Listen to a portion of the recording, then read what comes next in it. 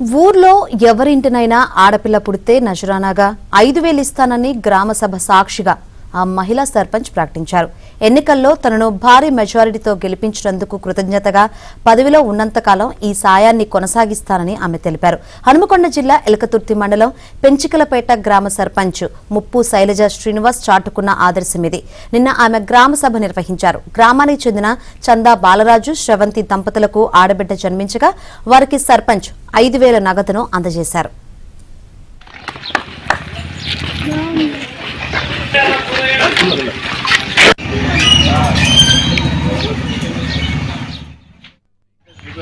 ఈరోజు పెంచికలపేట గ్రామంలో ఆ రోజు ఎలక్షన్లో ఇచ్చిన హామీలో భాగంగా ఆడపిల్ల పుట్టిన కుటుంబానికి ఆడపిల్ల పేరు మీద 5,016 రూపాయలు ఎలక్షన్ హామీలో భాగంగా ఈరోజు మన చందా బాలరాజుకు బిడ్డ పుట్టింది. కావున ఈరోజు హామీని అమలు చేస్తూ అందరి గ్రామస్తుల సమక్షంలో పాలకవర్గం సమక్షంలో హామీని నెరవేర్చుకుంటున్నా. మీ సహాయ సహకారాలు అందరూ మా పైన ఉండాలని